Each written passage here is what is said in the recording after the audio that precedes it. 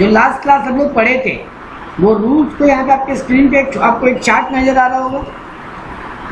Yes sir. वो rules को हम लोग एक बार रिकैप मारते हैं ताकि उसके ऊपर अभी सम्स कर सके फटाफट अच्छे। तो देखो बोला कि अगर गुड्स का केस है तो रेलेवेंट डेट क्या क्या होगा वो बात करने का बात यहाँ पे करें। तो गुड्स के केस में क्या पड़ेगा, अगर सर गुड्स में आ रहा है वेसल के थ्रू तो कौन सा डेट ऑफ फाइलिंग को, कौन से डेट ऑफ फाइलिंग का हम रेट लेंगे, जिस दिन बिल ऑफ एंट्री, हाँ बोलो बोलो बोलो, वाइट बिल या entry inward whichever is later. Later. अगर गुड्स मेरा व्हीकल से आ रहा है, अराइवल कन्वेंस का या white bill. Whichever is later. और अगर एयरक्राफ्ट से भी आ रहा है तो सेम रूल। यस। अगर गुड्स मेरा वेयरहाउस में रखवाने के बाद हम क्लियर करवा रहे हैं तो जिस दिन बिल ऑफ एंट्री फाइन किया पर होम कंजम्पशन यानी वाइट बिल। अदर गुड्स के केस में जिस दिन ड्यूटी पेमेंट कर रहा है उस दिन। यस। ये हम लोग रूल पढ़े थे। हाँ जी। सर एक और इम्पोर्टेंट बात पढ़े थे हम लोग जो यहाँ मेंशन नहीं है लेकिन बोल दीजिए यहीं पे ताकि सम्स में जा सके। ये कौन से रेट का बात हो रहा है, कस्टम ड्यूटी का रेट कि डॉलर को यूरो को इंडियन रुपीज में कन्वर्ट करने का रेट?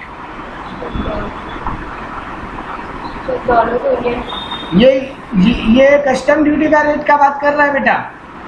वो जो कस्टम डिपार्टमेंट आपसे रेट लेगा, ड्यूटी लेगा, ये इंपोर्ट ड्यूटी का बात कर रहा है, एक्सचेंज रेट का नहीं। हम लोग दो डेट पर दो चीजों का रेट हम लोगों को देखना पड़ेगा, एक तो इंपोर्ट ड्यूटी का रेट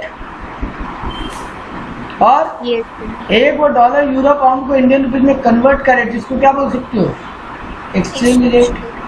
तो एक्सचेंज रेट कौन से रेट का लेंगे सर, वहाँ एक ही रूल था, बोलो एक्सचेंज का रेट का क्या रूल था। ये देखो नोट आया स्क्रीन पे मेरा नोट्स। Yes sir. देखो यहाँ पे एक्सपोर्ट का क्या था, इंपोर्ट का, सॉरी एक्सचेंज रेट क्या था इंपोर्ट का, जिस दिन बिल ऑफ एंट्री फाइल हुआ उस दिन का रेट, ठीक है ना। तो ये दोनों डेटें याद रखनी है अपने को। चलो इस पे प्रैक्टिकल सम्स करते हैं सर।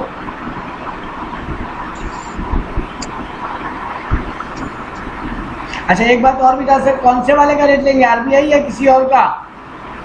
सर सीबीआईसी का, central board of indirect tax and custom का रेट लेंगे। बाकी कोई डिपार्टमेंट का रेट से मेरे को कोई मतलब नहीं है। तो चलो यहाँ पे क्वेश्चन देखते हैं। An importer imported some goods in the month of February 2022 and the goods were cleared from Mumbai port for warehousing on 8 February. 22 फरवरी को हम कुछ गुड्स मंगवाया, यस ठीक है, यस फरवरी 2022 में गुड्स मंगाया सर, 22 फरवरी नहीं, फरवरी 2022 में। कब आया warehouse goods Mumbai port पे? 8 फरवरी को, 8 फरवरी 2022 को। आफ्टर असेसमेंट एसेसेबल वैल्यूज का निकल के आ रहा है $10,000, मतलब $10,000 का आप सामान मंगाए हो सर, ठीक है। यस। उस दिन डॉलर का रेट है 44 रुपीज और ड्यूटी का रेट है 15%। तो 8 फरवरी जिस दिन आपका गुड्स मुंबई पोर्ट के वेयर हाउस में गया है उस दिन डॉलर का रेट है 44 और ड्यूटी का रेट है 15%। The goods were warehouse at Pune and were clear from Pune warehouse. Mumbai port से गुड्स को हम पुणे पोर्ट भिजवा दिया, हाँ जी, और पुणे पोर्ट से हम 14 मार्च 2022 को गुड्स को क्लियर कर रहे हैं। मतलब हम व्हाइट बिल कब फाइल किया, white bill for home consumption 14 मार्च। उस दिन रेट ऑफ ड्यूटी था 10% और डॉलर का रेट था 45। Yes sir. तो देख रहे हो क्या क्वेश्चन बोलना चाह रहा है और क्या एग्जाम में एक्सपेक्ट कर सकते हो। यस ये चीज हमको आज करवाना जरूरी था, इसीलिए हम आज पहले सम्स में उतरे। तो सर चलिए सम चालू करते हैं। पहला तो सर $10,000 है, उसको पहले तो इंडियन रुपीज में कन्वर्ट की, यस उसके ऊपर रेट ऑफ ड्यूटी लगेगा ना, इंपोर्ट ड्यूटी। यस। हाँ तो सर पहले तो इंडियन रुपीज में कन्वर्ट की, किस रेट से मल्टीप्लाई करें, 44 की 45? 45। बेटा जी एक बात में आप गड़बड़ कर गए। हम वहाँ पे जब भी आपको, ये यहाँ पे एक चीज दोबारा गौर करना, यहाँ पे क्या बोला? Filing of bill of bill of entry entry बोला है क्या? White bill. नहीं।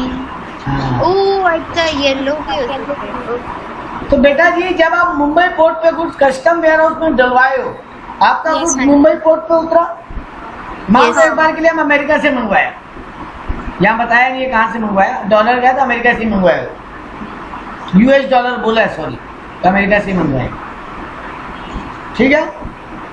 यस सर आप अमेरिका से गुड्स मंगवाए फरवरी महीने में, जो मुंबई पोर्ट पे वेयर हाउस में रखवा दिया 8 फरवरी को, तो यानी हम येलो बिल 8 फरवरी को फाइल किया होगा कि नहीं?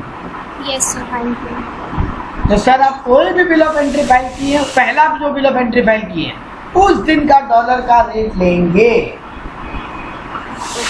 शायद कलम नोट्स बोलते वक्त ये बात गलत बोला है, शायद हम वहां पे व्हाइट बिल वर्ड यूज कर गया नोट्स में बोलते वक्त, शायद हम कंफर्म नहीं है, अभी मेरे ब्रेन में आ रहा है ऐसा कुछ कि शायद हम मांग रहे थे, माइट भी जो भी बोला, अभी क्या बोल रहे हैं वो याद हो।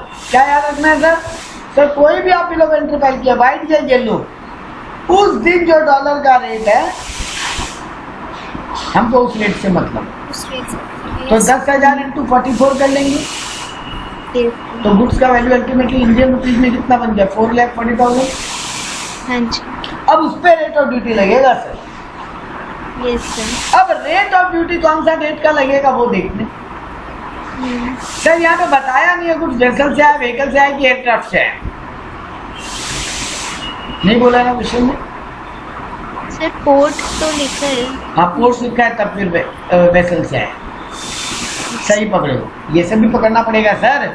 तो क्योंकि अगर ये वेसल या व्हीकल से, ये व्हीकल या एयरक्राफ्ट से आता तो सर रूट पलट जाता आपका, तब बिल ऑफ एंट्री या अराइवल ऑफ कन्वेंस हो जाता है ना, यस नहीं तो फिर बिल ऑफ एंट्री या एंट्री इनवर्ट। एंट्री इनवर्ट कौन फाइल करता है? Proper officer. Yes yes sir.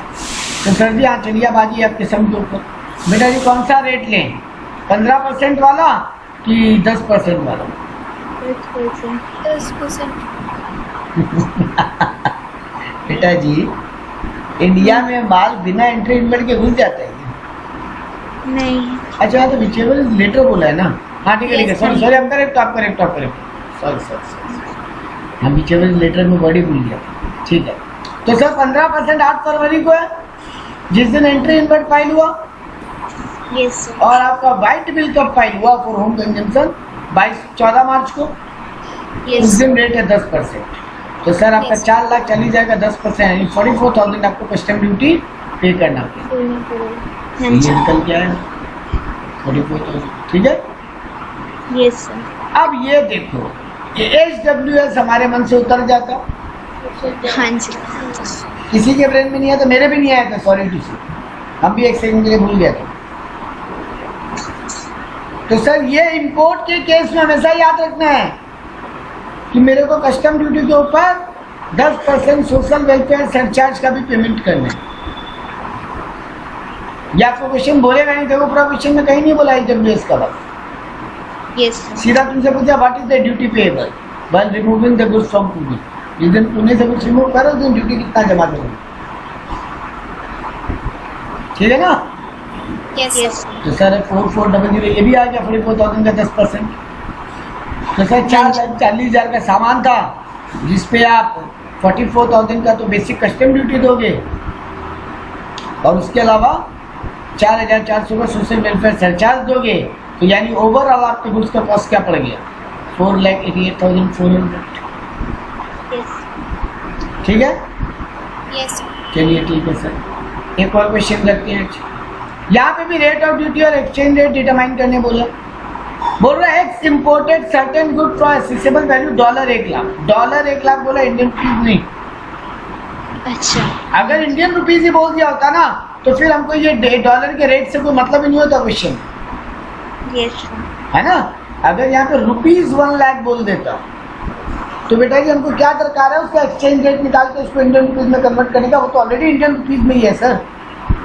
तब तो हमको खाली रेट ऑफ ड्यूटी देखना पड़ता है, वो कस्टम्स का इम्पोर्ट ड्यूटी। तो ये सब भी थोड़ा गौर करने लायक है, आपको सब में बेवकूफ़ बनाएगा, आपको डॉलर का 2-2, 3-3 रेट दे देगा, और ऊपर बोलेगा ₹1 लाख का सामान मंगाए हो। अब एग्जाम रूम में क्या होता है ना, ब्रेन में वही चलता है कि पहले उसको इंडियन रुपीज में कन्वर्ट करेंगे, यानी एक्सचेंज वैल्यू से मल्टीप्लाई, और उसके बाद रेट से मल्टीप्लाई, और वही फंस गए। कर क्या Yes. बेकार कम कर समझो, क्योंकि आप क्या करोगे, उसको और वैल्यू बढ़ा दोगे तो सारा फिगर ही रॉन्ग आ जाएगा आपको। चलिए ठीक है सर, तो सर इसको तो कन्वर्ट करना है क्योंकि ये $1 लाख है। तो चलो हमको डेट ऑफ क्या क्या बताया, देखो बोल रहा date of bill of entry for warehousing, यानी yellow bill. Yes sir. Sir yellow bill कब फाइल हुआ, 27/7/2022। डेट ऑफ एंट्री इनवर्ड कब हुआ, 2 अगस्त। सर क्या आप पहले फाइल कर सकते हैं बिल ऑफ एंट्री? हाँ सर कर सकते हैं। हाँ, कितना दिन पहले तक? 30 डेज। याद है सर, कल पढ़े थे। Yes, एक दिन बाद तक, और 30 दिन बैक जाएंगे तो 30 दिन के अंदर अंदर। तो सर 2 अगस्त को आपका एंट्री इनवर्ड फाइल हुआ, मतलब 2 अगस्त को कन्वेंस इंडिया में घुसा है, हाँ जी। और आप bill of entry yellow bill file कर दिए थे 27 जुलाई। कोई दिक्कत नहीं सर, आप रूल नहीं तोड़ो सर, रूल तोड़ने भी नहीं देगा आपको, फाइल ही तो नहीं करनी, ठीक है। हाँ जी। और आपका white bill for home consumption कब फाइल हुआ, 9 दिसंबर। यस। तो अब देखो आपको आरबीआई का भी एक्सचेंज रेट दिया है कि 27/7 को 55 था, 2 अगस्त को 52 था, 9 दिसंबर को 54 था। सर पहले तो हमको आरबीआई का रेट से कोई मतलब ही नहीं, यस। हमको सीबीआईडीटी के रेट से मतलब है। Central board of indirect tax बोल रहा है, सेंट्रल बोर्ड ऑफ, आजकल सीबीआईडीटी वर्ड यूज नहीं करता, सीबीआईसी वर्ड यूज करता है, central board of indirect tax and customs. पहले होता था central board of indirect tax, नाम बदल दिया, ठीक है, उतना फर्क नहीं पड़ता। मतलब कस्टम डिपार्टमेंट जो रेट बोलेगा हमको उससे मतलब है सर, डॉलर पाउंड का, ठीक है। तो सर तो सीबीआईडीटी का रेट लेंगे। सर कौन सा वाला डेट का रेट ले, क्या बोलता है, जिस दिन पहला बिल ऑफ एंट्री फाइल हो गया। हाँ जी। पहला बिल ऑफ एंट्री कब फाइल हुआ, 27/7 को। यस। तो सर 50 रुपया का रेट लेंगे आप। हाँ जी। तो आप 1 लाख इंटू करके, 1 लाख इंटू 50 करके 50 लाख कर लीजिए, तो आपके गुड्स का वैल्यू निकल गया 50 लाख। Yes sir. किरण यहाँ तक ठीक है। Yes, sir. अब क्या करना है सर, अब इसके ऊपर कस्टम ड्यूटी कैलकुलेट कीजिए और फिर HWS भी कैलकुलेट कीजिए। तो कस्टम ड्यूटी कौन सा रेट का लेंगे सर, यहाँ पर भी आपका बोला नहीं है कैसे आया है गुड्स। मान लेंगे जब एग्जाम में ऐसा कोई सम देते बेटा जो बोले नहीं कैसे आया है गुड्स, आप मानना भाई वाटर पे आए हैं, मतलब वेसल से आए हैं, यस सर। मतलब, और वहाँ नोट दे के आ जाना कि we are assuming this has arrived by vessel, yes sir. ठीक है। चलो तो सर अगर वेसल से आए तो क्या रूल हो गया, एंट्री इनवर्ड या होम कंजम्पशन वाला white bill whichever is later, Later. दोनों में लेटर कौन है। दिसंबर। हाँ तो सर 12% वाला रेट लग गया। देखिए सर जिस दिन आप येलो बिल फाइल किए उस दिन 10% रेट था, अब आपको 2% ज्यादा टैक्स देना पड़ेगा। यस। तो सर 50 लाख का 12% कितना होगा, 6 लाख। 6 लाख आपको ड्यूटी देना है, और 6 लाख का 10% है जब 60,000 वो भी देने, यस सर। मतलब 6,60,000 आपको और देना, यानी 56,60,000 आपके गुड्स का कॉस्ट होगा। ये हमेशा ना बेटा मांगे नहीं मांगे, क्वेश्चन बहुत बार बोल देता है, देखो क्या बोला, फाइंड ड्यूटी पेएबल, तो अपने को मन में आता है 6-7 लिख के तो आगे हो गया कम। बेटा हमेशा ऐड करके total cost of the good भी बता कर आ जाना। इस बात का Yes. नंबर मिले नहीं मिले, नंबर कटे नहीं कटे, बट आपको प्रेजेंटेशन में थोड़ा सा मैटर करता है, Yes, sir. ठीक है सर। तो ये देखिए सॉल्यूशन चेक कर लीजिए कैसे प्रेजेंट किए, एसेसेबल वैल्यू, इस वैल्यू ये जो डॉलर यूरो येन जो मानते हैं ना, जो भी वैल्यू उसको एसेसेबल वैल्यू बोलते हैं। ये बात आगे डिटेल में समझ में आएगा जब वैल्यूएशन वाला पार्ट पढ़ेंगे।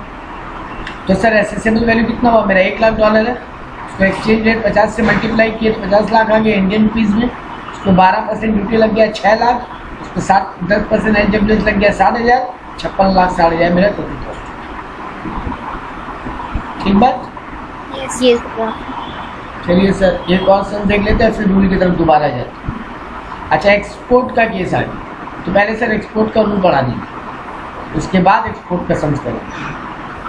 तो एक्सपोर्ट के केस में पहले बात तो डॉलर पाउंड का रेट कौन सा लें, अगर आपका बिल डॉलर में बन रहा है। सर ऐसे कैसे होता है, हम फॉरेन से मंगाया तो भी बिल डॉलर में, और हम फॉरेन में बिल बेचा तो भी डॉलर में। मतलब हर बार यूएस का चलेगा बेटा, जनरली ऐसा होता है क्योंकि डॉलर ना एक ऐसा वैल्यू है जो all over the world acceptable है, ठीक है ना। लेकिन अगर आज की डेट में आपका एक्सपोर्टर मान आपका फॉरेन का जो पार्टी है वो मान जाता है कि आप हमको इंडियन रुपीज के टर्म्स में बिल बना दो, कोई बात नहीं, वैसे बना दो। पर यहाँ एग्जाम ओरिएंटेड हम क्या मान रहे हैं कि डॉलर में बिल बनेंगे, ठीक है। Yes. तो सर डॉलर के केस में हम एक्सचेंज रेट कौन सा लेंगे? जिस दिन shipping bill file, shipping bill कौन फाइल करता है? एक्सपोर्टर, मतलब आप इंडिया से माल भेज रहे हो ना बाहर। मान लो किरण का एक बिजनेस है, किरण एंड वैष्णवी एसोसिएट्स, ये कोई सामान यूएस में भेज रहा है, तो ये लोग एक्सपोर्टर कहलाएंगे ना, इनका बिजनेस एक्सपोर्टर कहलाएगा ना। तो आपका बिजनेस एक्सपोर्टर है। आप शिपिंग बिल होता क्या है? आप जब सामान इंडिया के बाहर भेज रहे हो ना, तो आपको पूरा एक डिटेल बना के देना पड़ेगा ना, उसमें क्या जा रहा है, किस क्वालिटी का जा रहा है, क्या रेट का जा रहा है सामान, सब डिटेल आपको बना के देना, कितना क्वांटिटी जा रहा है। तो जिस दिन आप शिपिंग बिल फाइल कर रहे हो उस दिन जो डॉलर का, पाउंड का, यूरो का, येन का रेट है वो रेट आपने, पहला बात तो क्लियर। Yes, sir. और फिर ड्यूटी का रेट कौन सा ले? जिस दिन प्रॉपर ऑफिसर आपका एक्सपोर्ट ऑर्डर दे, जिस दिन प्रॉपर ऑफिसर आपको एक्सपोर्ट ऑर्डर दे दिया। होता क्या, स्टोरी जरा ढंग से सुनना, प्रोसेस ऑफ एक्सपोर्ट एक बार जरा सा सुन लेना, 2 मिनट का स्टोरी, लंबा चौड़ा नहीं है इम्पोर्ट की तरह। जब आपको फॉरेन से कोई ऑर्डर मिलता है ना माल भेजने का, आप इंडिया में कोई शिपिंग कंपनी पकड़ते हैं, जो प्राइवेट भी हो सकती है, गवर्नमेंट भी हो सकती है, जिसका काम है पानी में या हवा में जहाज चलाना, शिप चलाना या प्लेन चलाना और सामान को दूसरे देश पहुंचाना, यानी सर शिपिंग बिजनेस जो लोग करते हैं। आप वैसा एक कंपनी पकड़ोगे, उसको जाके बोलोगे देखो मेरे को फॉरेन में इतना माल भेजना है, इतने रुपए का ये है वो है, बताओ कितना। तो वो बोलेगा एक काम करो, एक शिपिंग बिल नाम का डॉक्यूमेंट फाइल करो। तो आप उसको शिपिंग बिल देते, वो फिर कस्टम डिपार्टमेंट में पूरा डिटेल भेजता है, और कस्टम का जो प्रॉपर ऑफिसर होता है ना, वो एक्सपोर्ट का ऑर्डर पास करता है, ठीक है ना। यहाँ पे बहुत मजेदार केस भी पढ़ाएंगे आपको, बड़ा हंस के मजा आएगा आपको पढ़ के कि सर ये क्या था, लेकिन बड़ा जबरदस्त चीज पढ़ाएंगे। लेकिन पहले उसके ऊपर सम देख लेंगे। तो सर रेट ऑफ ड्यूटी में भी यहाँ झमेला नहीं है, कोई विचेबल लेटर फेटर कुछ नहीं है ना। सिर्फ एक ही डेट है सर, जिस दिन proper officer export order pass कर दे उस दिन का रेट ऑफ ड्यूटी लेंगे। इसमें कोई नहीं है विचेबल लेटर है ना तेना। और डॉलर पाउंड का रेट कौन सा लेंगे? एक्सचेंज रेट जिस दिन शिपिंग बिल फाइल, ठीक है।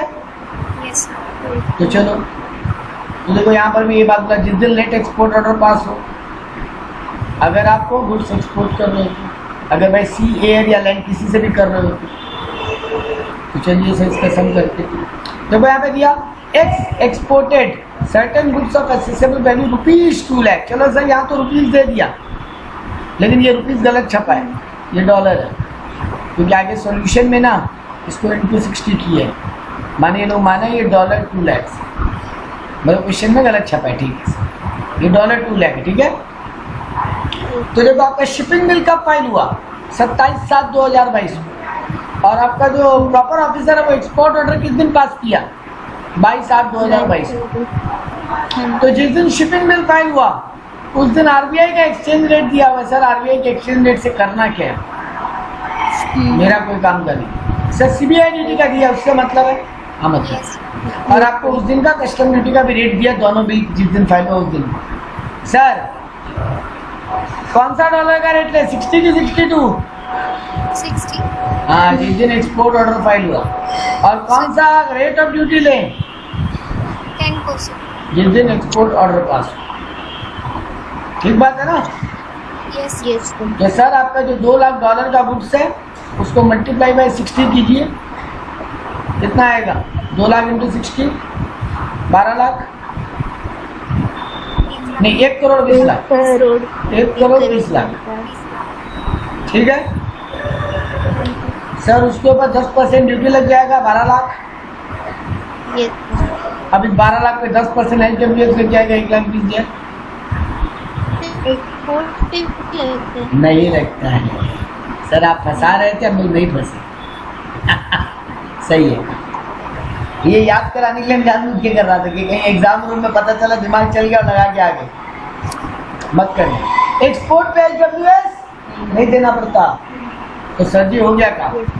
2 लाख का आपका गुड्स था, $2 लाख का, 2016 की 1 करोड़ 20 लाख वैल्यू बना, उस पर 10% ड्यूटी कैलकुलेट किए 12 लाख, तो अल्टीमेटली गुड्स का टोटल वैल्यू कितना बन गया? 1 करोड़ 32 लाख। Yes, sir. देखो HWS नॉट एप्लीकेबल शो किया। सर हम भी एग्जाम में शो करें, कर देना, अच्छा बात है।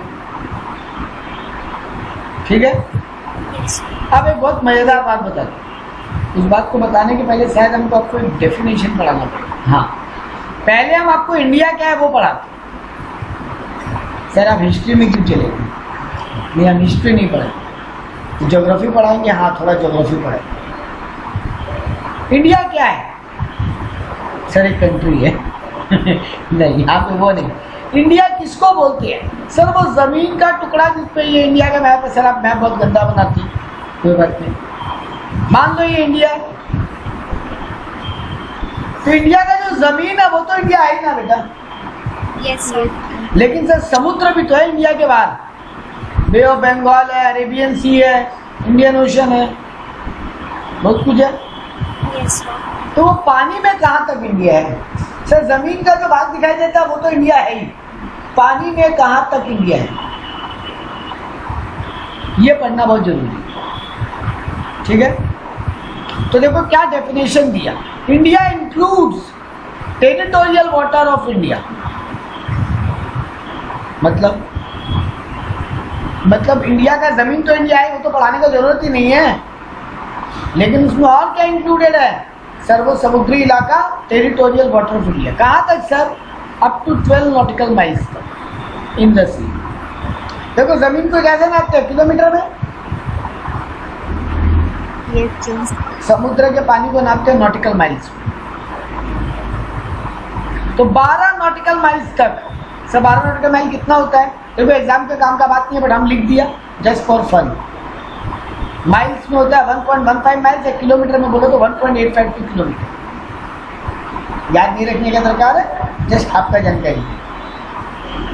तो सर 12 नॉटिकल माइल एग्जाम में सर सम्स में नॉटिकल माइल से बोलेगा। हाँ, केस स्टडी जब देगा बोलेगा नॉटिकल माइल्स। इस पे केस स्टडी बनता है बेटा, अच्छा क्वेश्चन। तो सर इंडिया कहाँ तक है पानी में? 12 nautical 12 miles. Nautical miles. इसको बोलते हैं Indian territorial water, ITW। 12 nautical miles तक। मतलब एक बार एक एग्जांपल में एक बात समझना, डायग्राम काम वाली जगह ये है। मान लो ये इंडिया का जमीन है, मान लो यहां तक 12 नॉटिकल माइल्स। ठीक है। इंडिया से एक शिप चला सामान लेके।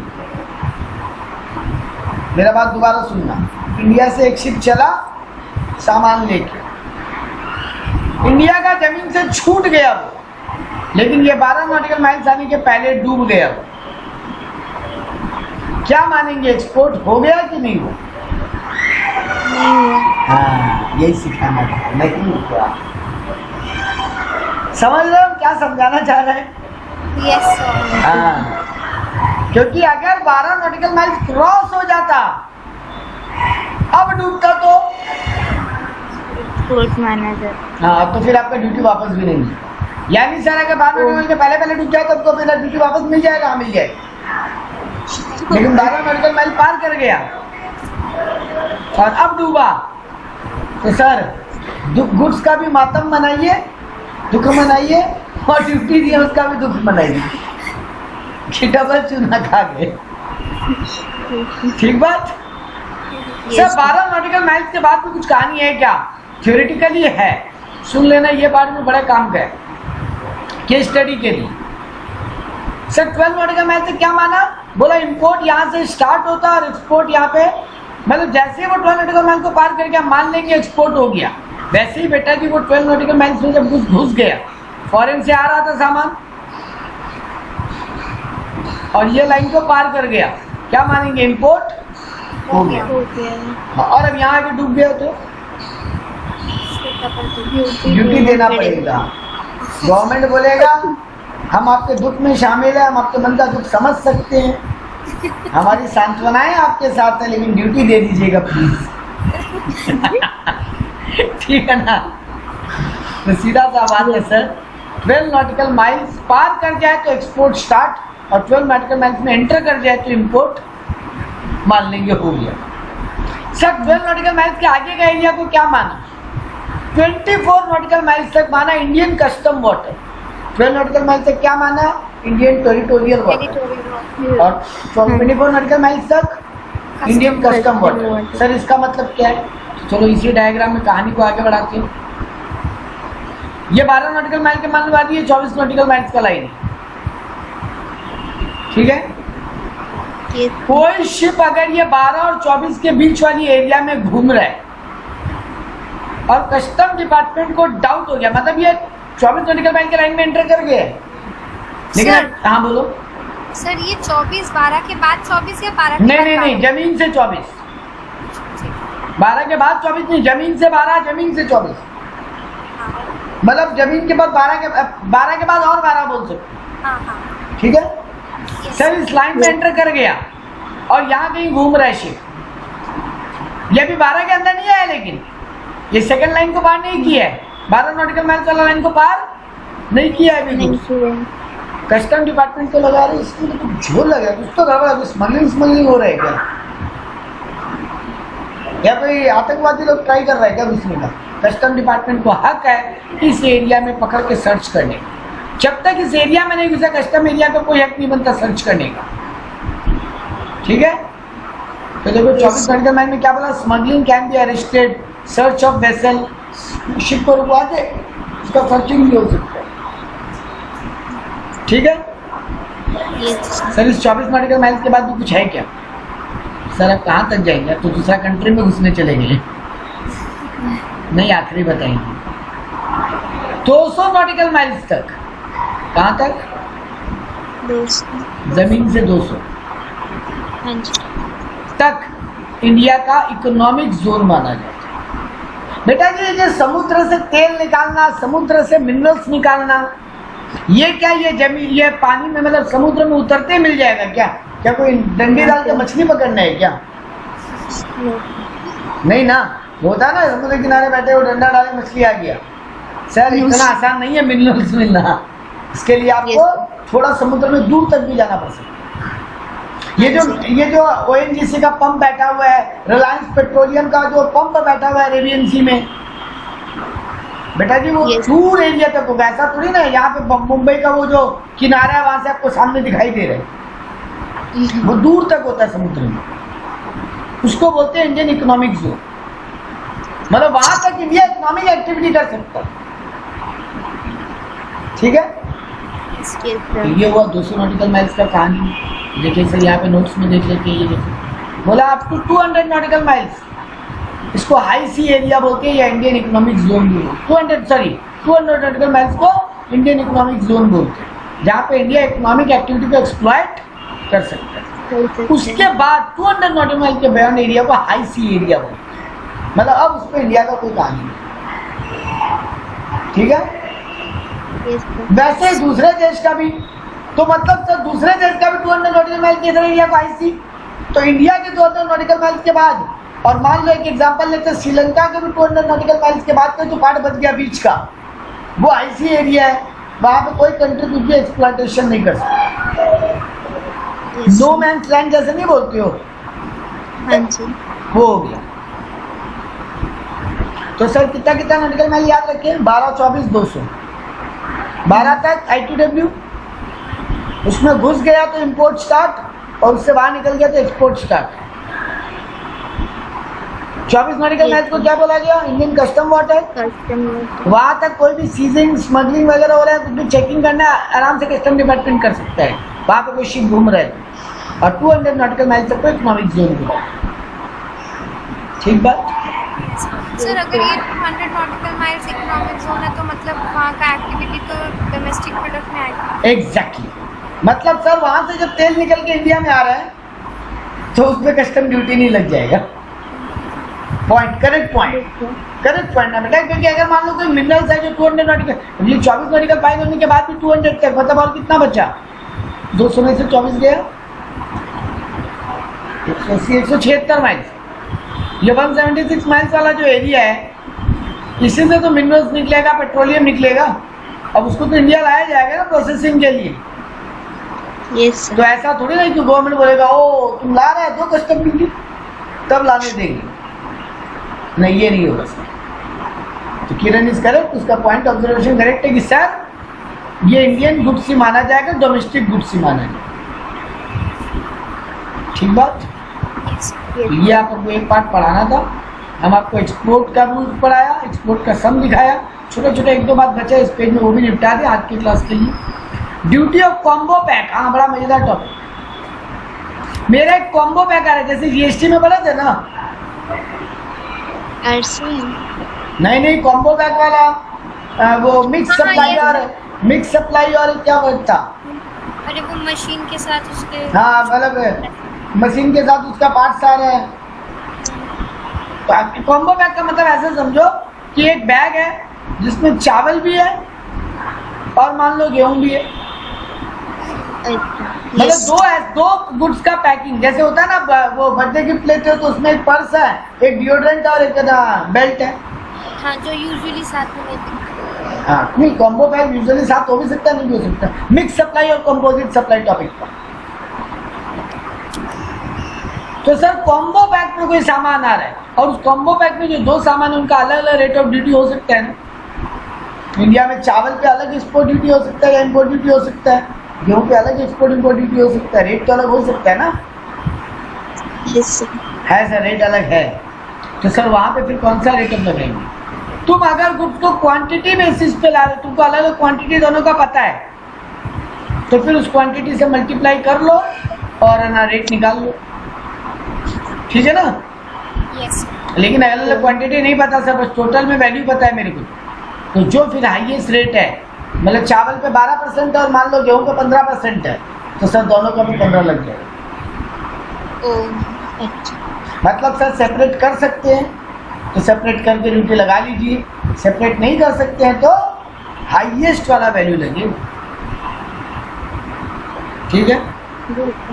अच्छा एक और मजेदार, सर ऐसा कोई सामान आ रहा है जो एग्जम्प्टेड है और एक ऐसा सामान आ रहा है जो टैक्सेबल है, मतलब कुछ सामान टैक्सेबल कुछ एग्जम्प्टेड का कॉम्बो है तो तब भी हाईएस्ट रेट। मतलब सर एग्जम्प्टेड में भी टैक्स लगा देंगे, क्या करें तुम अलग करके क्यों नहीं लाए, तुम्हारा गलती है ना। मान लो एक ऐसा गुड्स था जिससे कस्टम ड्यूटी नहीं लगता और एक ऐसा गुड्स है जिससे कस्टम ड्यूटी लगता है 8%, तो तुम लाते ना अलग अलग करके, तो जिस पे नहीं लगता उस पे नहीं देते और जिस पे लगता है उस पे दे देते ड्यूटी। लेकिन तुम ही तो महानस्ती वाला काम के पूरा मिक्स करके ले आए और अब अलग करके नहीं बता पा रहे, कोई बात नहीं, दे दो हाईएस्ट रेट बुक तो। और अगर सर एसेसरीज आ रहा है साथ में, मतलब जैसे मोबाइल के साथ चार्जर, मशीन के साथ उसका कोई टूल्स, तो उसका सर जो मेन सामान है उसका रेट ऑफ ड्यूटी लगता है। हम 3 बात पढ़ाया बेटा। अगर आपका कॉम्बो पैक आ रहा है जिसको आप अलग कर सकते हो तो फिर अलग अलग रेट ऑफ ड्यूटी लगा लो, अलग नहीं कर सकते तो हाईएस्ट ड्यूटी लगा लो।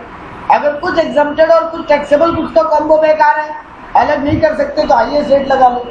लेकिन सर अगर एसेसरीज और मेन गुड्स आ रहा है, चार्जर और मोबाइल आ रहा है, तब फिर जो मोबाइल का रेट है वो रेट लगा दोनों के ऊपर, मेन वाला गुड्स का रेट एप्लीकेबल होगा, ठीक है। क्लियर है मेरा बात?